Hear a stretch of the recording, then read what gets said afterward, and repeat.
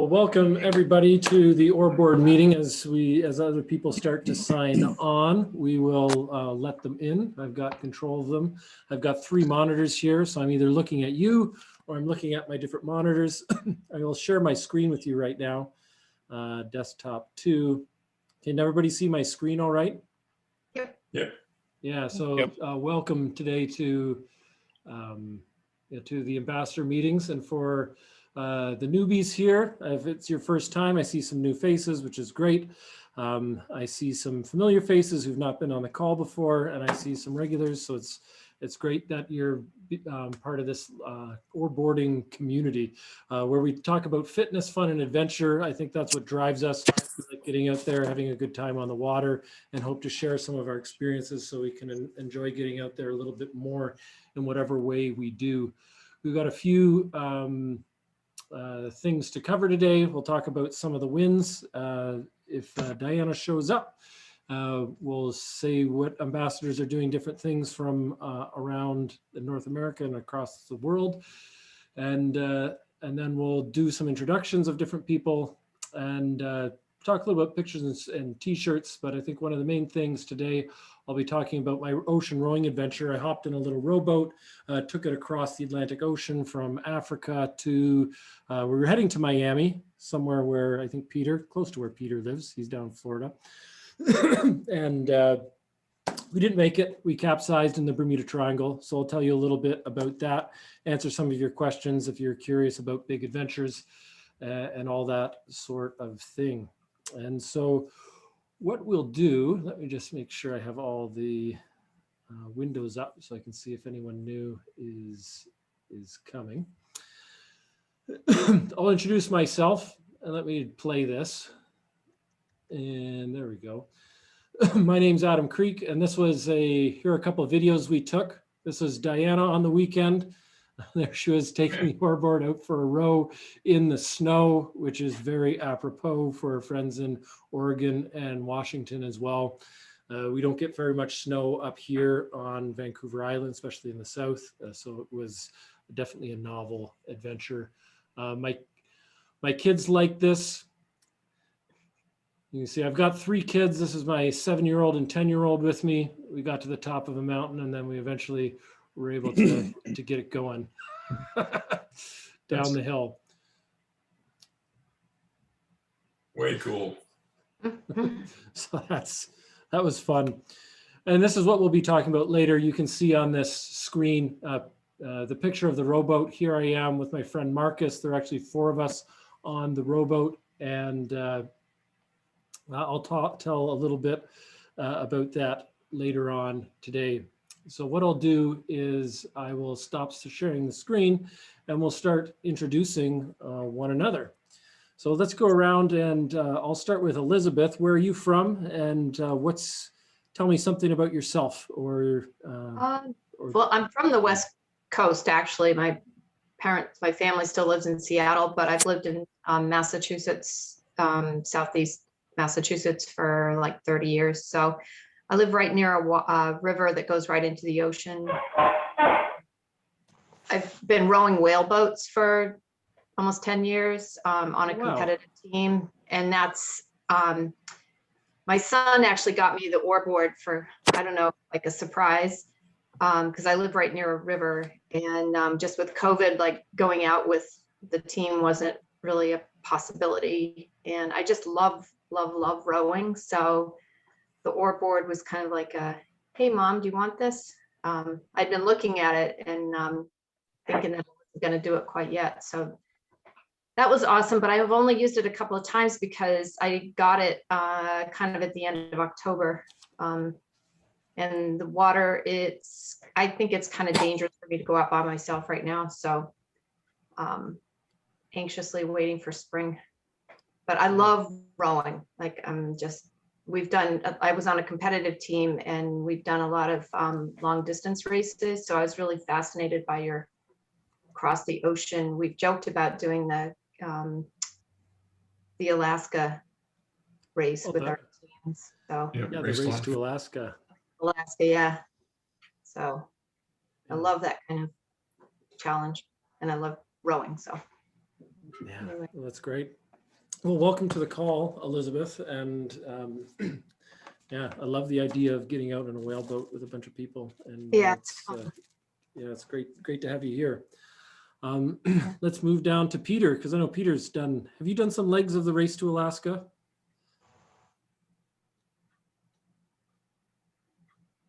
Oh, Peter looks like he's frozen up. Just the first crossing was quite a bit of experience. I grew up in Los Angeles, California, started rowing out of Marina del Rey, so on the open ocean there, and really just as soon as I was able to get on the open ocean, realized like, wow, that's where I wanted. Oh, that's great. I'm in Tampa and Florida. And the Oar Board is the way I can do that, and I love it. I can get in the water and I can go whatever crazy weather and whatever in terms of water conditions, and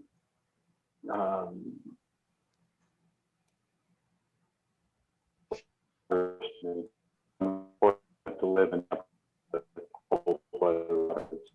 Maybe it's 68 right now, so nobody will go in, and it's absolutely freezing to everybody around here. Yeah, but so that's great. So I row year round.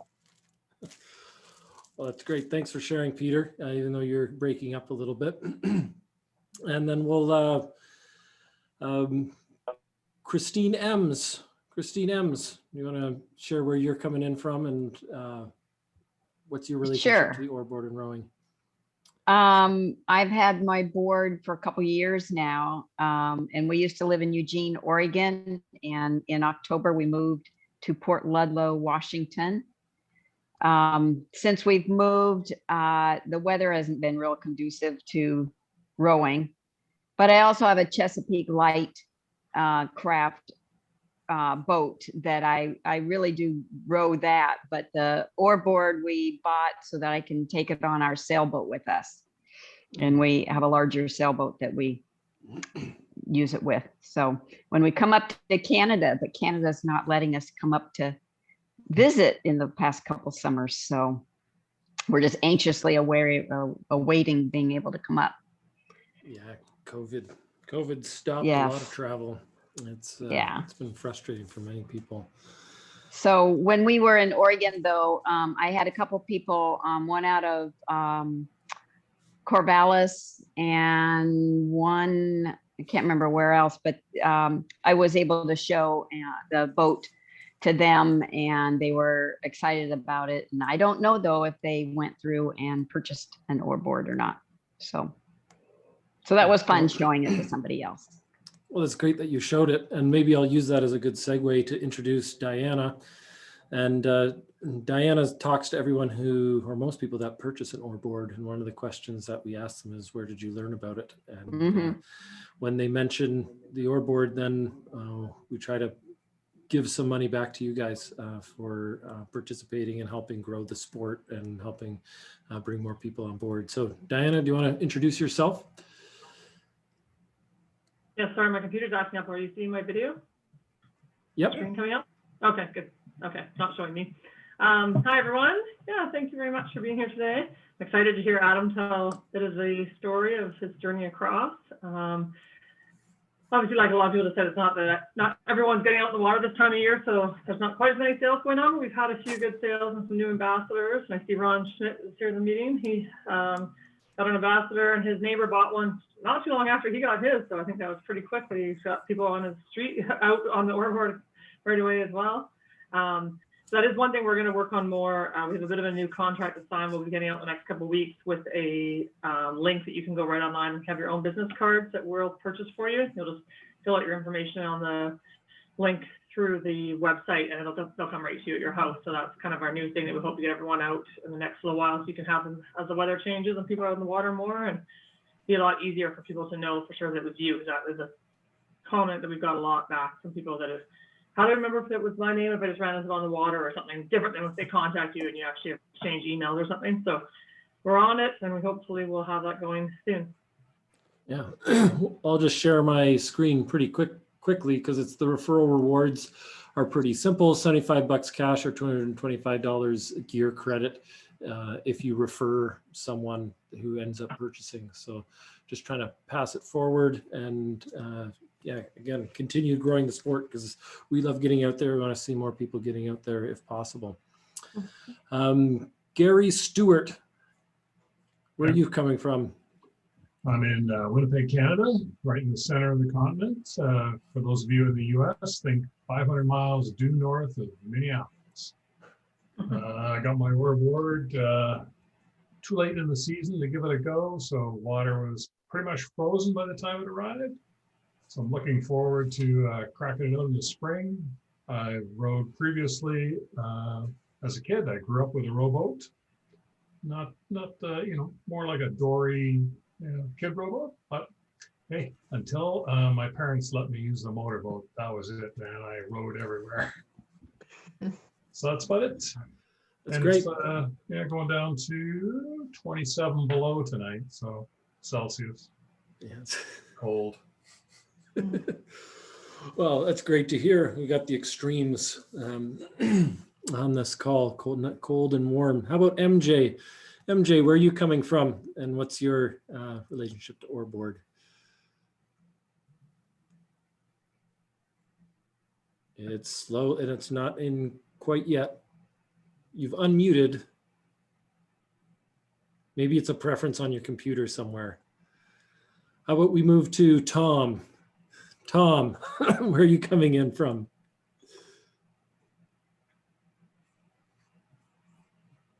Oh, okay. Ashley, you're from Washington. Tell us a little bit something about Washington and your Oar Board.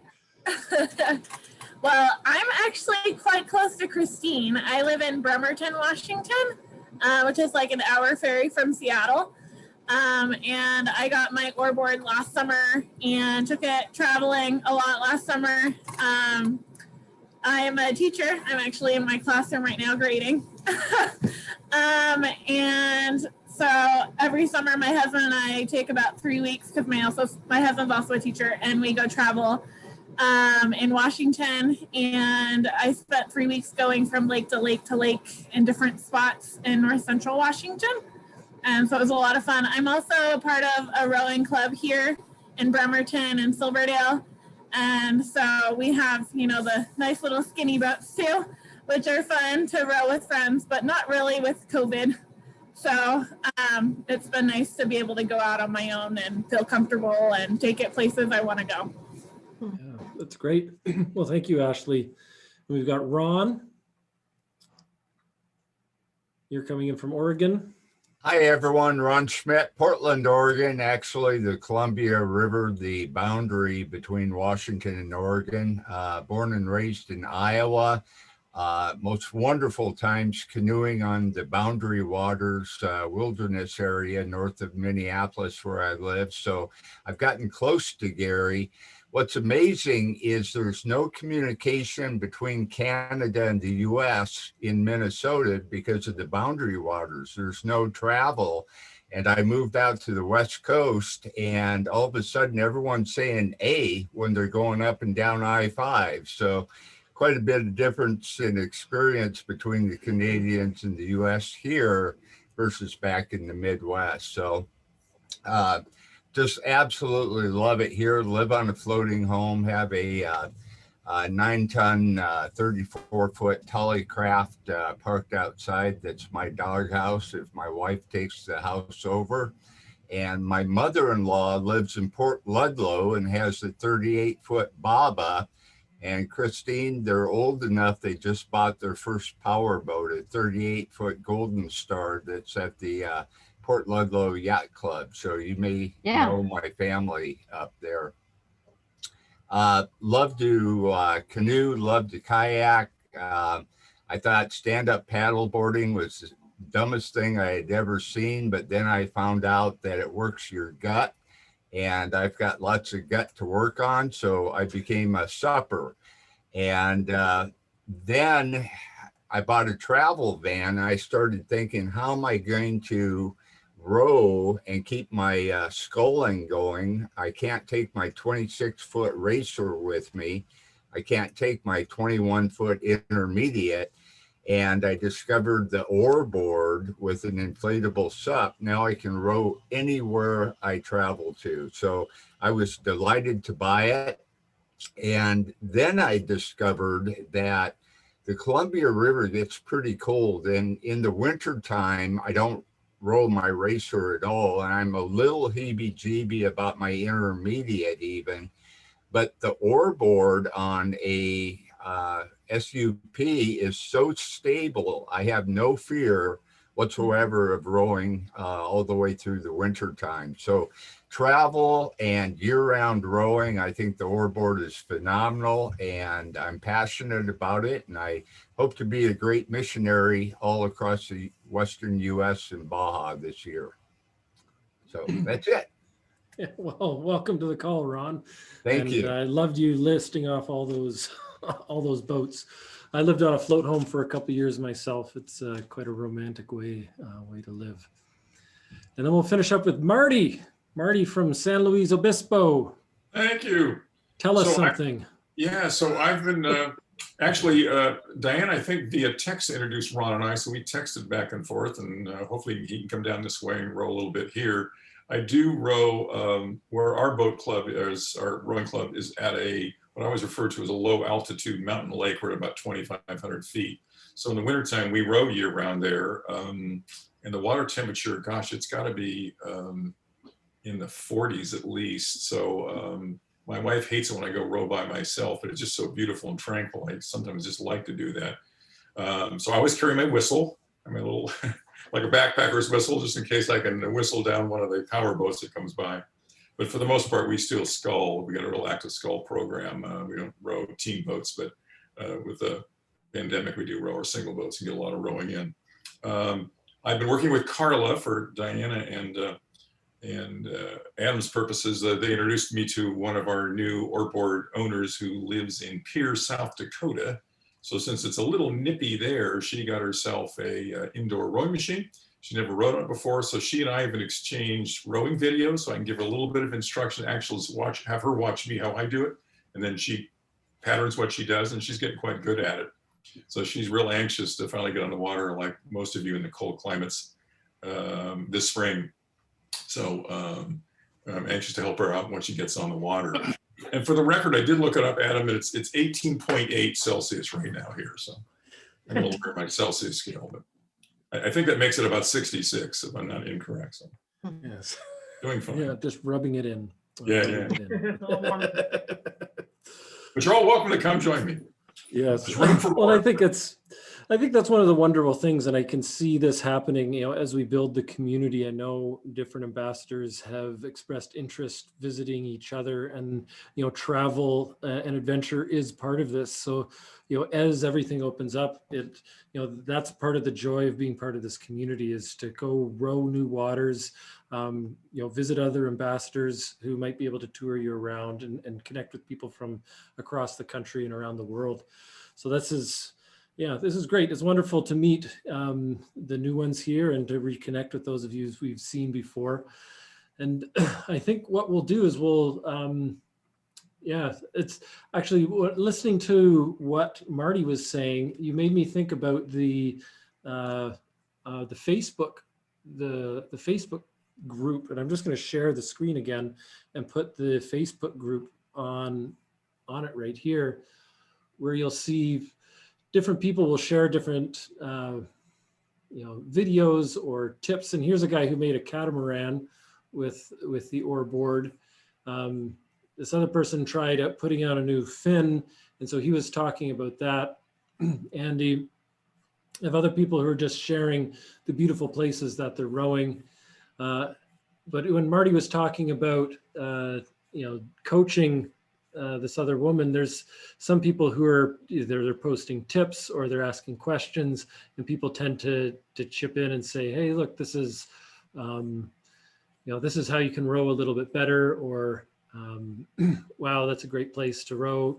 So if you're a Facebooker, that's a great place to go and connect with other ambassadors and move along. So I guess today what we're talking about is this ocean row. and I'll, you know, I'll introduce it to a little bit. And I want, and then I'll come in and out of the animations on the screen because I want this actually to be interactive as much as possible. And let me try and make sure I've got my chat box up where, and for some reason it's disappeared. I'm trying to look to see where I have my, where it is. Okay, there it is. And so if you have any questions, please, please let me know, and I'll just start sharing a little bit about my journey and my experience. And it was, as you can see, there are 4 of us on our rowboat. We went for 24 hours a day. The ocean rowboat's 29 feet long. We planned to take between 60 and 100 days. We ended up spending 73 days, and it was 7,000 plus kilometers, which is close to 4,000 miles. And we were in this boat right here. And so 29 feet long, 6 feet wide. We stored most of our food underneath the hull. This was our sleeping cabin. You can see where the solar panels and the wind turbine was. You can see these antennas. They're for communicating with other vessels. We had something called an AIS, an automatic identification system on board, so that larger vessels could see who we were. We had a number of weather monitors on board, and that's what you're going to see, like an anemometer that tells you the speed of the wind, as well as other temperature gauges and pressure gauges. We were also transmitting this data to NOAA, the National Oceanic and Atmospheric Administration or agency. So we're collecting some scientific data for them. We were studying the ocean. We had a constant filter where we were filtering the ocean water and monitoring it for dissolved oxygen, dissolved carbon dioxide content, chlorophyll content, temperature, density, salinity. We had a communication dome that you can see in the back where we sent data up and down. So we had regular email updates. We were partnered with the University of Washington. Their meteorology program gave us weather updates every day, so we knew what weather to expect. And it was great learning for the class too, because the students were the ones delivering us the meteorological reports. We had a bunch of other, we partnered with a bunch of other universities and trying to see if I can remember everything that we did, but we studied human device interaction. We scheduled our day on cell phones, on little phones, and they monitored how effective it was to have a little device buzzing and beeping and telling us what to do. We studied human psychology with the University of Ottawa. So how does your brain and your spirit react to these extreme circumstances?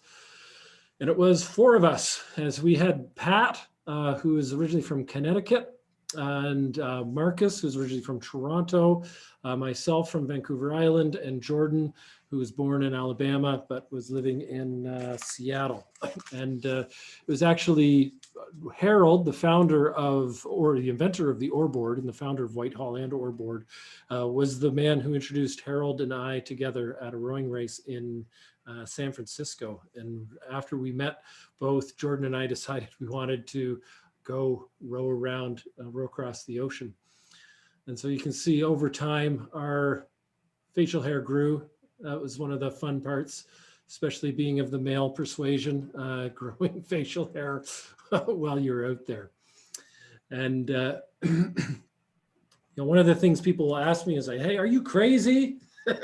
Are you nuts? Like, why would you go out there? Why would you go into the middle of the ocean? And to a certain extent, I think I was a little crazy, but at the same point in time, I'm not necessarily a thrill seeker. I'm more of a seeker of peace. And I would say that was more of what I was looking for on the ocean. It was, there's an element of testing and pushing limits, but I was curious to see how I would connect deeper with the universe, connect with my crewmates, connect with the ocean, connect with the earth, and find some transcendence while I was out there alone. And I'd say that transcendence is a real thing. And we did find that when we were rowing across the ocean. And that was possibly one of the most magical pieces of going across the ocean. So I'll stop right there before I continue to see if there's any questions that people want to ask on the call.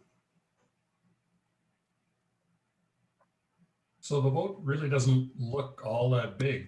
Were all four of you on there at the same time, and where are the other two guys? Yeah, so the boat doesn't look that big. So here's what I'll do is all four of us were on board. I'll share, you can see my green screen right now. So this is what it looked like. That's me rowing on the ocean. And so you have one rowing rig there, and right behind there's another rowing rig. And off the screen is the sleeping cabin, where you're in the sleeping cabin. And so the sleeping cabin, here's Marcus, who's in the sleeping cabin. Two guys would be in the sleeping cabin, and then you'd have two guys on deck. And right here, it's just Marcus on the sleeping cabin. And then there's another rower, I think that might be me, who's sitting there just in the space. That's where we would cook. That's where we would clean. That's where we do our scientific experiments. And it was a pretty small, cramped space. So there was, yeah, it was, yeah, it was, it was tight quarters, but it's just funny how you get used to it, how you get quite used to the, to that. Rowing across the ocean. Yeah. Well, yeah, Ron. Was there a history of anyone rowing this course before? Were you the first ones to do it? Or if not, were you trying to beat an existing record or? Well, I'm going to show you the course that we decided to take. Let me see here. I'll share the screen. And this is the screen. And I'll put that full screen. So no one had actually rowed this course ever before. We decided we were going to leave from Dakar, Senegal. And you see, we went through the Cape Verdes Island group. And we were heading to Miami, Florida. And that's our actual course. We got pushed in a loop-de-loop. As you know, the ocean can be stronger than your boat at times. This boat had a max speed of maybe 3 or 4 knots. We'd average probably 2 knots of speed on a regular basis. Why did we choose this route? There's a rowing race called the Talisker Whiskey Challenge that uses similar boats like this, and they'll row from a few islands that are further north up here. I forget what they're called, the Azores or something, and they go down to the Barbados and they follow the trade winds or Bermuda, and they go down this. And we were thinking of originally doing that race, but we wanted to do something a little bit more independent and alone. We ended up saying we wanted to leave from Africa and go to Miami because, it was, no one had done mainland to mainland ever before. There eventually was someone who did mainland, I think South Africa to New York. They did that a couple of years ago. As far as personal motivation goes, it was less the, setting a new record. My background, I went to the Olympics and I competed at the Olympics. And so that's fairly organized. And I got most of my competitive juices out, with that experience. And for this, it's when I think of adventure and records, all you have to do is just, find an identity and drill down, and you can set a record doing almost anything. Like I'm the first balding white male of Viking heritage who's a Canadian who decided to row from X to Y to Z. But at the end of the day, it's great marketing. It's a great way to capture people's imagination. And when you're having conversations with sponsors, to be the first ever to do something, that was one of the motivators. So we were able to capture some people's imagination, although I would say that didn't necessarily motivate myself or my teammates when we did this. Our biggest motivation was connection and connecting with each other, connecting with nature, and as well as we had 30,000 school kids who were following along with us. So we wanted to bring them out into the ocean and show them how magical the ocean could be and how beautiful it could be. So, and at the end of the day, it's a special, it's a special kind of adventure where you're out in the ocean. Any other questions? How long did you row? Like, would you row like on for an hour, off for, like, how did you? Yeah, we rowed in shifts, and I don't have that slide. I don't have that slide loaded up here. I wish I did, but we'd row in 1 hour, 2 hour, or 4 hour shifts around the clock. So we'd have we'd have 2 people on deck at any given time. Every 4 weeks we switched partners, or every 6 weeks we switched partners, so that we were well, not constantly, but you're mixing up who you were rowing with. We had a 4-hour sleeping cycle once every 24 hours. And although it was very long to row for 4 hours, the sleep made up for it. Being able to go through 2 REM cycles. When you sleep, you have light sleep, deep sleep, and REM sleep.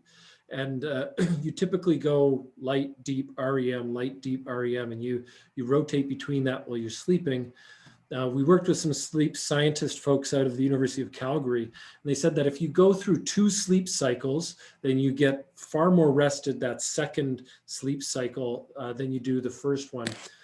So the 1 4-hour sleep cycle every 24 hours made a world of difference, because I've known other people who've just done 2 hours on, 2 hours off, always doing this sort of adventure, and they never ever adjusted. And I would say after about 25 to 30 days in, we were fully adjusted from a time zone sleep. It just felt normal living this, what we call a modified Swedish watch. That was the schedule, the modified Swedish watch schedule. So let me play some more of the stuff, and then we'll see if some more questions come up. So if we have, I'll play this for you, because we had a bunch of risks that we had to mitigate against when we were planning. We had to plan for broken oars, so we brought spare oars. We had to plan for injury, so we had first aid training and first aid piece. We had to plan for mutiny, so get the right people on the boat. We actually didn't have very many crew issues, to be honest with you. We had great athletes and just great humans on the boat who knew how to communicate and work hard and look out for each other. We saw a couple sharks while we were out there, nothing too serious. The whales were beautiful. And I might even have pictures, I'm not sure, but we were able to swim with the whales. Whales can be dangerous if they're bumping up against you and hitting you with their tails. Freighters were a big issue, so we had to make sure we were big on our communication equipment. We had a radar, reflector, a VHF radio, as well as our AIS that helped us deal with freighters. Pirates, we planned for pirates and made sure that we stayed away from them. There was a pirate watch that we checked in with to make sure that there weren't any pirates nearby, because there are some off Africa, but most of them are on the east coast of Africa. We had backup equipment for our water makers.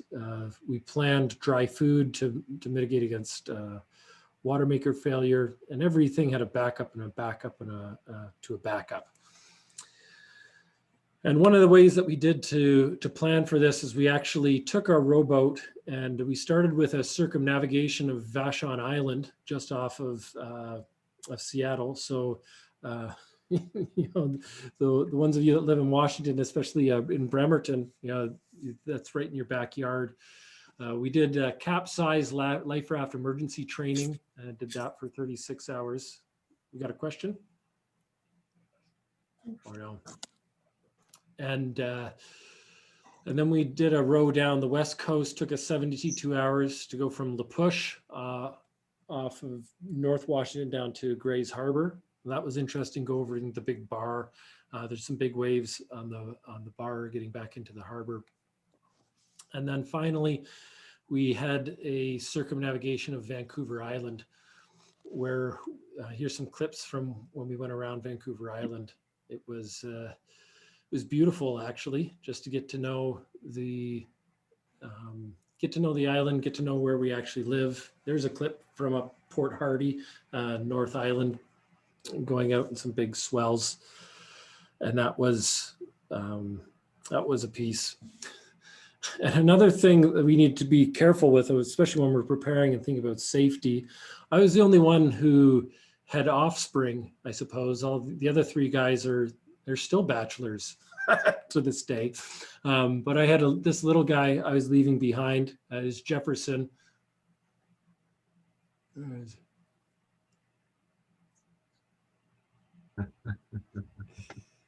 Good. Yeah. Start 'em young. He's a good coach. I know, start him young.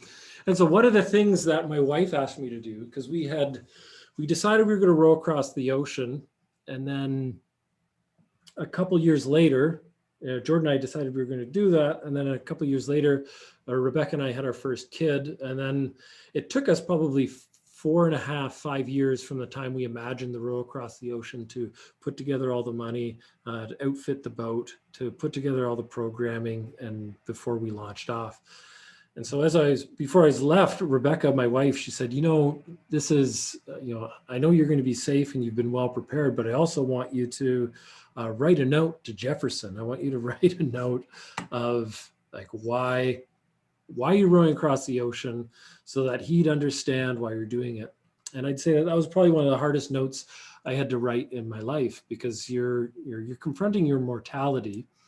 And then two, Jordan, one of my teammates, the captain of our boat, actually, his father had died when he was around 3 years old, so close to the age of Jefferson. So I asked him, like, what would you want to know? And then, as you can see this as well, Rebecca was also pregnant with our daughter, Victoria. There was definitely reasons to live and to survive this. But taking common sense, into play, it's relatively safe to cross an ocean if you do it smartly. So this being said, we had 3 rules that we had with one another. Don't die, don't kill your mates, and don't sink the boat. And obviously it was full team commitment. And this was the conversations that we had. We even went out into the Sahara Desert before we went across the boat. And we made a commitment to one another to be safe and to look after one another and to make sure that we were safe, because at the end of the day, we wanted everyone to come home alive and together. And safety really underpins everything if you want to have a great adventure. And a great adventure we did have. So you can see some of the ways that we lived. Cooking is interesting, as you see this picture right here. We would boil water using the jet boil, and we would add different food to it. We'd have freeze-dried food, oatmeal. Every breakfast was oatmeal and protein powder. Every lunch was a backpacker's pantry freeze-dried meal. And every dinner was some kind of rice and beans, or quinoa and some kind of soup mixture. And we ended up planning the food. The food planning process took a couple months. I ended up building out a number of spreadsheets, doing calorie planning. And I had to do a few different calculations. We ended up upping our fat content. So 40% of our calories came from fat, 40% of our calories came from carbs, and 20% came from protein. And because we had limited space on the boat, and fat is more calorie dense, so we brought a lot of coconut oil, olive oil, hard cheeses. Hard cheese actually lasted. We didn't need to refrigerate it. Those are ways to boost our content and our calorie content. And when we would cook our food, we would just add healthy doses of oil or cheese to everything that we would mix up. And we had planned for about 5,500 calories per person for the first 60 days. And because of space requirements and planning, we did 3,500 calories per person for day 60 to 100.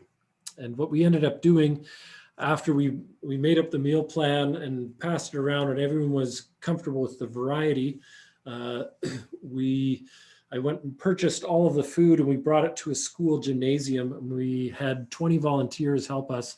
We packed everything up in bags, and we put them in. We had 100 bags, one for each day of the journey, and each bag had the food provisions for the day. So, and we labeled it. So day one, you pull out day one food and you can eat that. Day two, pull out day two food and you'd eat that.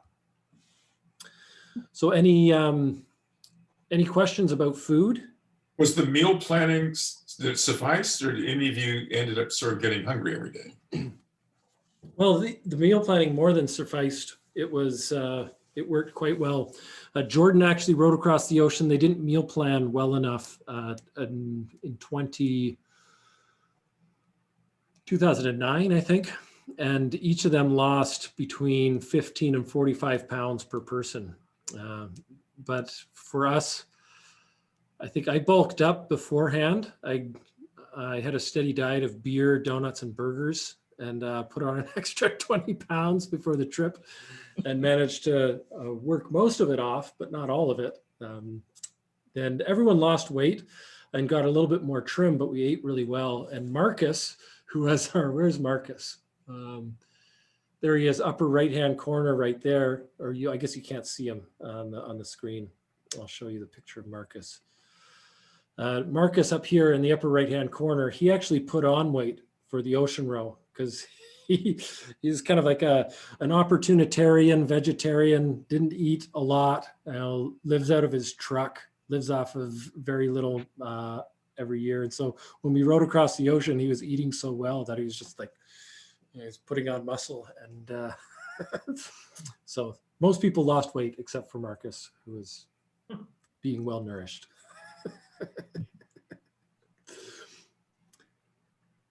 Is there something you'd never eat again, like oatmeal after eating it for that many days straight in a row?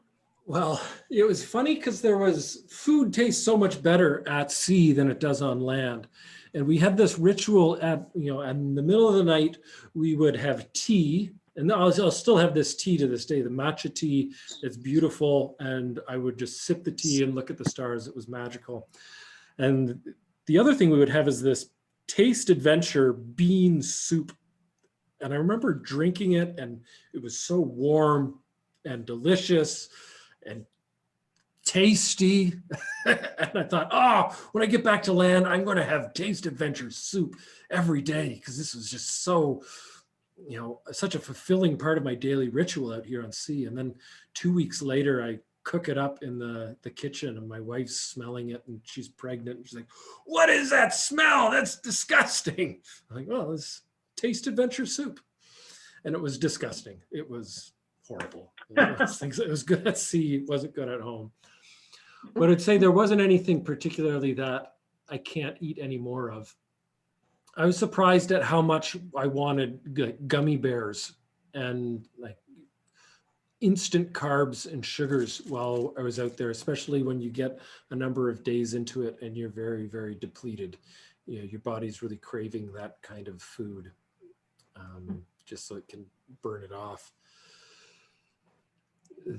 But I'd say another thing we craved when we were out there, you'd have fantasies about land food. So food that was crunchy or moist. So something like a Kit Kat bar, or fried chicken, or strawberries, or oranges. These sorts of things you'd crave and you'd dream about because they wouldn't last on a boat. You didn't eat anything like that. It's all kind of boiled, mushy food.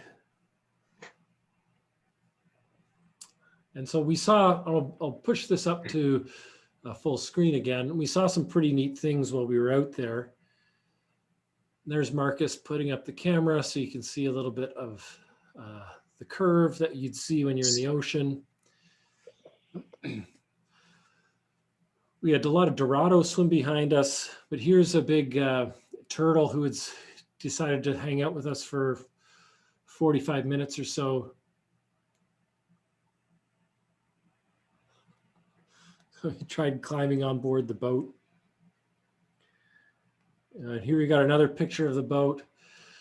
Another story we had, we were standing on the boat because you can see there's the two rowers there and then that are rowing, and two rowers can be standing on deck. I remember one time I was standing on deck and looking down, and all of a sudden these bubbles started blowing below us. And I was like, what are those bubbles? And Jordan was rowing. He looks back and he's like, I don't know.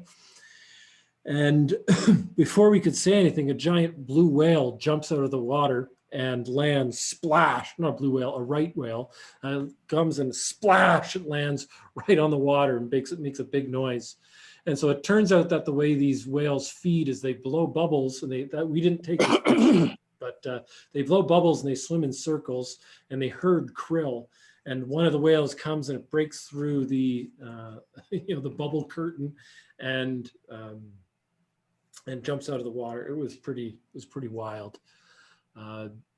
Another cool things we saw out there, we saw a lot of these Portuguese man-of-war, and they were floating everywhere. We'd only see them in calm weather, which is interesting because they have this little mohawk that catches the wind, and when the wind picks it up, it pushes it away, so they never really have to be in big storms. But we've got stung a few times by their stingers, and they're uncomfortable. And if you pee on the stinger, it's supposed to make it feel better, although we tried it and it may have worked, it may not have. I don't know. Everything just hurts while you're out there. Another thing you saw was an extreme fish. So a lot of flying fish, they'd come, they'd land on deck, and we'd collect them up and eat them, have little snacks. And other snacks we'd have, they're flying squid. It turns out that they just figured out that squid flew, or how squid flew through the sky when we were rowing across the ocean. We had a number of these squid come, jump up and land on our deck. That was pretty neat. We had fresh calamari for dinner that night. One of the best parts of being on the ocean was actually the night, seeing the stars, watching the moon rise, the moon set, the sun rise, the sunset. That was the most magical part. And one of the most interesting things we saw out there was a moonbow. So it was the middle of the night, the moon was shining, and there was also a rainstorm. And so the light of the moon reflected off of the raindrops and cast this rainbow against the starry sky.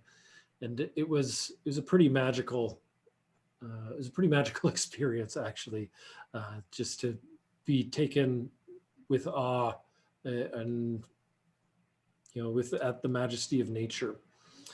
And it's good to sit and stare at the sky, at the stars. I love this quote by Bill Watterson.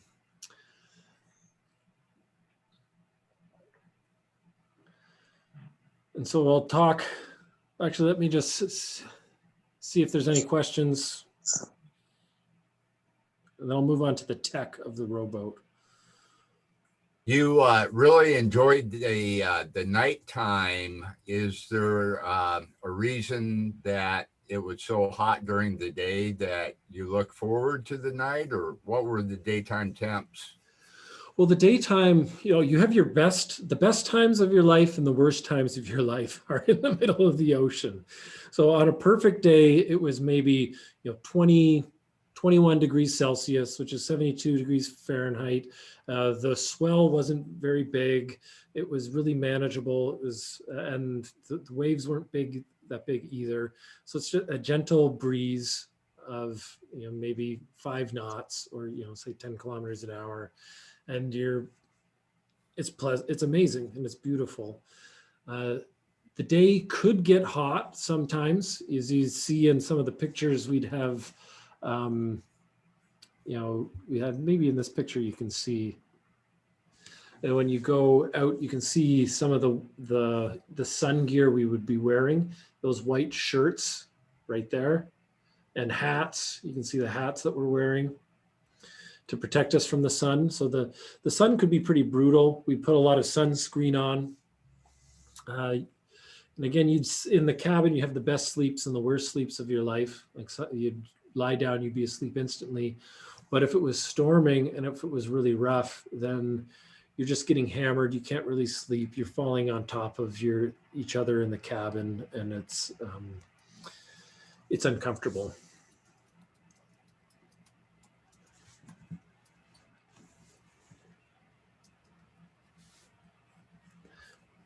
So I'll share the screen again, and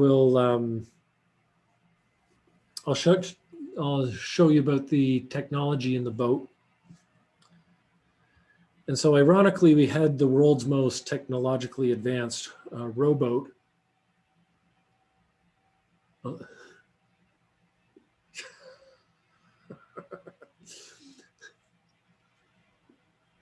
There's Jordan blowing our conch when one of the BC ferries go by.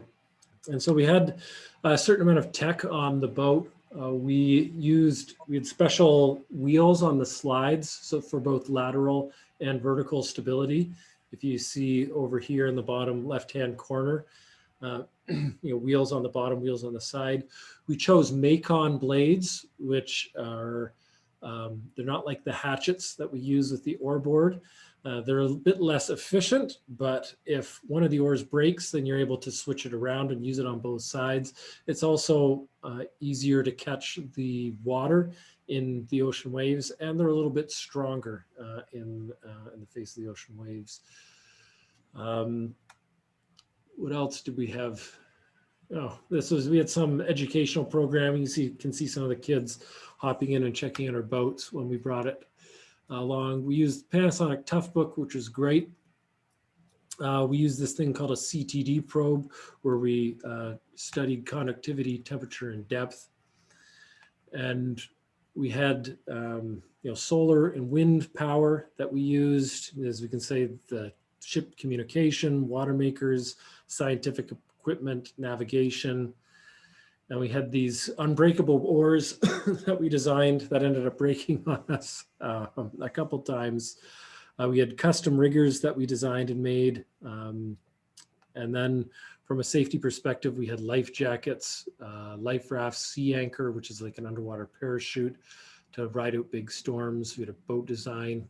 And on board, we did a lot of research just to talk about human psychology, weather, ocean water content, sleep studies, probing the ocean content. And so that's, and some wildlife observations.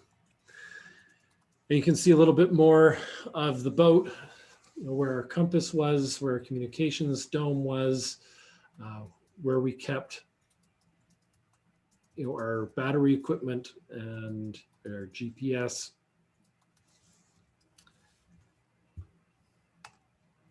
And then before we go there, any questions before I talk about when we capsized? So, 73 days into the ocean row, we had just crossed into the Bermuda Triangle and our boat capsized. So if you can picture, you just climbed into that little tiny sleeping cabin. There's not a whole lot of room there. And before you hear some noise around the back of you, it's just this water rushing, and it comes and it floods the cabin. Pat was there, so I'm pushing Pat. Go, Pat, go, go, go, get out. Pat gets out. We flip upside down, and then you're stuck in this little tiny room, and all you can see is a blue light. And everything's floating, the cushions are floating around, so you pop your head up and take a breath and look around, swim towards the light, pop out, the boat's upside down, and you look around. Are you okay? Are you okay? Are you okay? Everybody's okay. Is this an emergency? Should we call for help? And we all held up these little beacons, and I was like, I think we should press the button. What do you think, Jordan? Yes, I think we should press the button. What do you think, Marcus? Yes, we should press the button. What do you think, Pat? And I've already pressed my button. So the button was already pressed, And there we were waiting in this little tiny life raft. Eventually 5 hours after we pressed our button, they showed up. And these are pictures that the US Coast Guard took from their C-130s out of Clearwater, Florida. And there's Marcus's head popping out. There's our little emergency life raft. We eventually were rescued by this boat, the MV Hygiene. It came and we up next to us. So 13 hours after capsize, we were walking one after another up this rope ladder that was off the side of the boat, swinging back and forth, clanging against this rusty hull. We get to the top, and you hadn't walked for 73 days, so your legs are like jello. Your calves are completely atrophied. And holding on to one another, call our friends or family, call my wife and my son, tell them I'm okay. And it was quite an adventure, and we're lucky that we're safe, and we're lucky that we're alive. And a lot of it's due to the planning and the preparation that we did to plan for the worst case scenario. And, there was a silver lining, I suppose, as there should be. And, in crisis, there is opportunity, which I think we should recognize. And for us, it was no different. We were able to actually take advantage of this disaster and turn it into a win for our sponsors. We got out there, we recovered the boat, and this is a picture of the tugboat that we went out in a week or two after the capsize, and picked up the rowing boat, recovered my Olympic ring and my wedding ring, which were still in the boat, which was of sentimental value.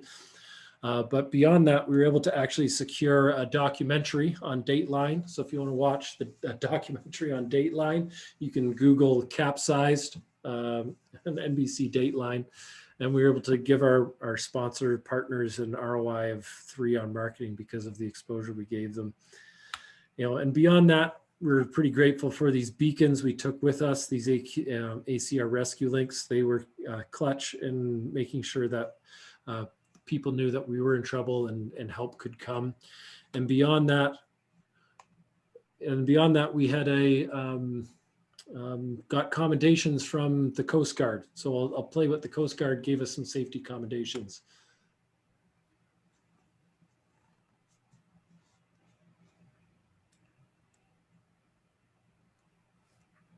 Can't hear him. Yeah.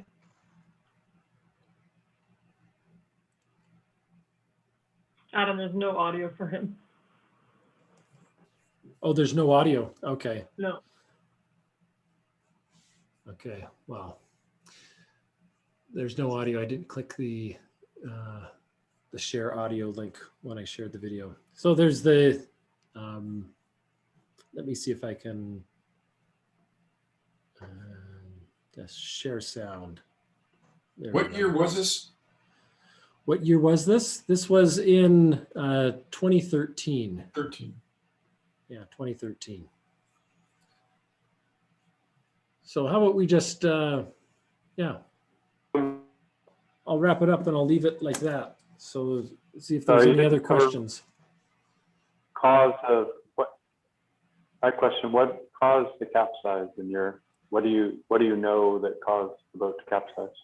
Well, what caused the capsize is in the Bermuda Triangle, there's an interesting transection of waves and winds and currents. And so we had a current going in one direction and then wind going in another direction. And it created these pointed peaky waves that were square. What happened was it picked up our bow, our stern, and it jacked it to another wave beside it. And when it jacked to the wave beside it, the wave came and it wrapped around the stern and it flooded in the cabin.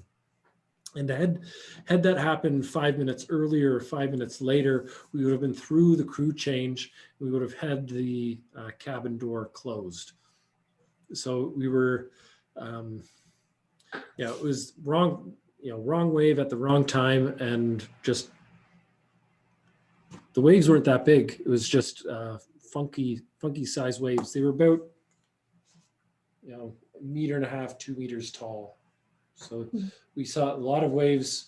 About 2 meters was the height. I'm about 193, so 6'4" for non-metric people. So if you're Most of the waves are about 2 meters high out there, like that we would row. If it got above 2 meters, we would stop rowing and we'd put out our sea anchor. And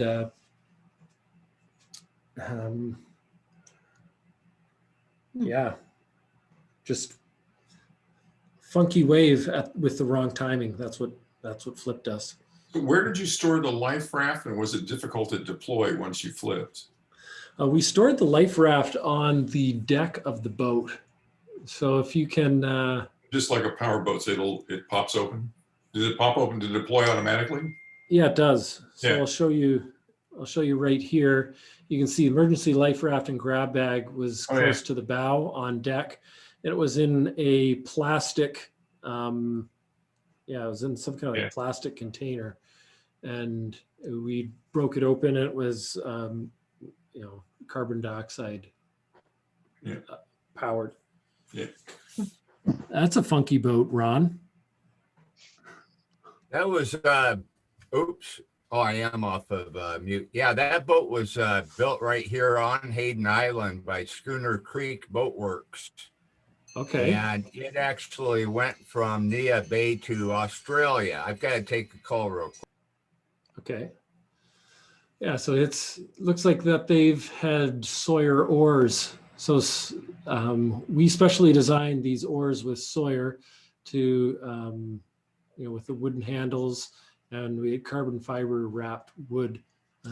So that looks like a pretty fun little rig. There was one guy that wrote it. I think it took him 11 months. Actually lived in my houseboat moorage while the boat was being built. I have the utmost admiration for any of you that go out and take on a challenge like that. That's incredible. Yeah, it looks like he put a lot of thought into the design. What was it called again? The boat was designed by a builder called Emerson, and I'll put a link to the Rowers website in the chat. Okay, there it is. And I'll also give you Schooner Creek's write-up on the boat and the design of it as well. I cannot imagine Adam taking on a challenge like that. You are a monster. Well, I would say that the hardest part for me was actually the putting the financial piece together, because it was about $500,000 to fund everything. It's almost the reward of it was actually to get out there and just to just do the work and slowly cross the ocean, because you're not racing anyone. You're not in a hurry. If you actually wanted to get across the ocean as fast as you wanted, you'd do it another way. You could fly, you could take a motorboat, you could sail. So there's lots of other ways to go across the ocean other than row across the ocean. So it's kind of an imaginary, it's an expedition of the mind. Anyways, you're doing it for passion because you love the motion. You want to explore the world at that pace. And again, one of the unexpected benefits was that meditative connective space, because you're spending so much time staring at the water, just processing old thoughts from your childhood, from your young adulthood, from years before that you hadn't had time to process. They come up. And sometimes you just find yourself overcome with joy or sorrow or wonder or gratefulness or even anger. And it's funny how you create that space in the wilderness, and all of a sudden you can reprocess some of these deeper held psychological pieces. So it's yeah, that was one of the surprising pieces of it. So the gentle motion of rowing regularly, day and over and over and over, and you're not rowing that hard. The rowing stroke is very different, especially having been like an Olympic racer. When I was racing at the Olympics, we're all about like, get your blade as long as possible, hold it in the water as long as possible, as linear as possible. And, and bang, bang, bang, 5.5 minutes and you're done. With this in the ocean, it's, you want to circulate the blade. You want to row short slide. If you're rowing too long or too hard, then you burn out. It's akin to, if you were to run a 2,000 meter race versus walk from, Vancouver to Mexico City, right? That's two different ways of experiencing your feet underneath you. But at the end of the day, it was very enjoyable. I'm grateful for, to have had the experience. Well, I'm sure everyone does, but yeah, I really admire you too. Early in Ross Savage's career, I followed her on 2 of her rows, and she even had the ability to, you could text her, and wasn't that very often, but 2 or 3 times a month, she could actually respond. So because she rode solo, so while she was sleeping, she did have some time, and she had to prep each day and make all her own meals. So she rode many of the oceans. So again, I followed her. I've always dreamed of doing what you're doing. I still want to get one of those boats and row like from Los Angeles to Catalina Island, which is 26 miles, just to say I did it. But, well, you can do it. Well, you could even do it in one of the Whitehall Spirit boats if you pick the right weather window, or even an Oar Board. Yeah, that's true. That's true. Yeah, Peter and I did it. You've done that row?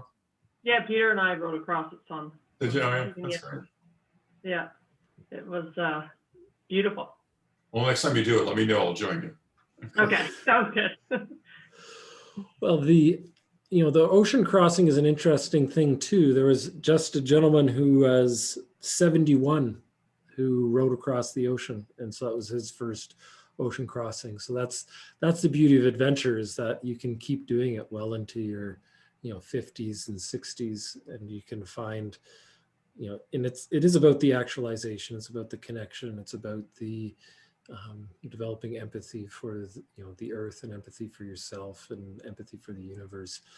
And there's a lot to be said about the healing nature of the wild. It's almost a form of therapy, the longer time you spend out there. Making me want to get out of Zoom land and into the wild.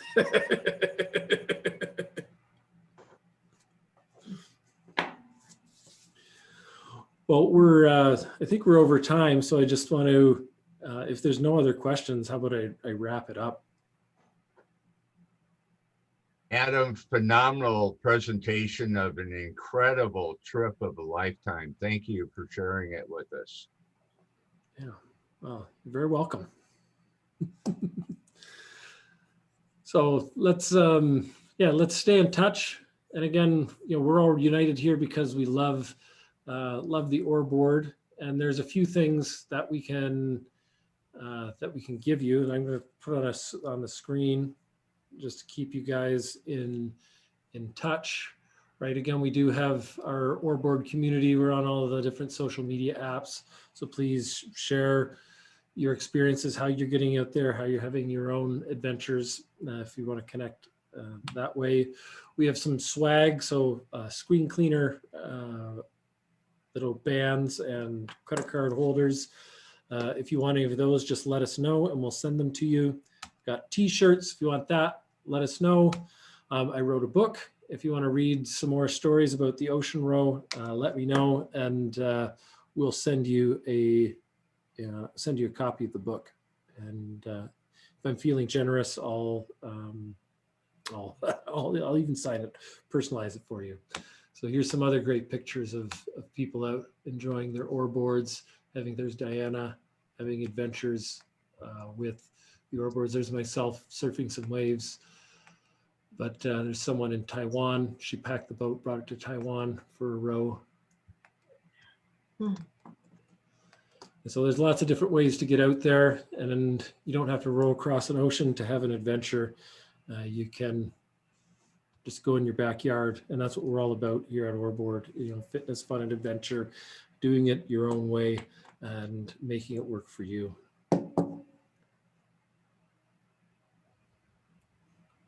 Thank you very much. Yeah. Thank you. That was great, Adam. Yeah. Thank you. Thanks. And I see your comment, Ron. We'll send you a copy of the book. Awesome. Thank you, Adam. I'll read that with pride. And a Okay. pleasure to meet you all. Marty, good to see you again. Diana, always good to see you. And You let's as well. keep in touch. Wonderful. And if anyone didn't get to put a comment in that wanted to get the book or the package, you can also email, just respond to the ambassador email link and we'll get things shipped out to you. It's good. Thanks, Adam. Bye. Bye, everyone. We'll Have a talk great to you night. later. Thank Okay. you. Bye. Bye.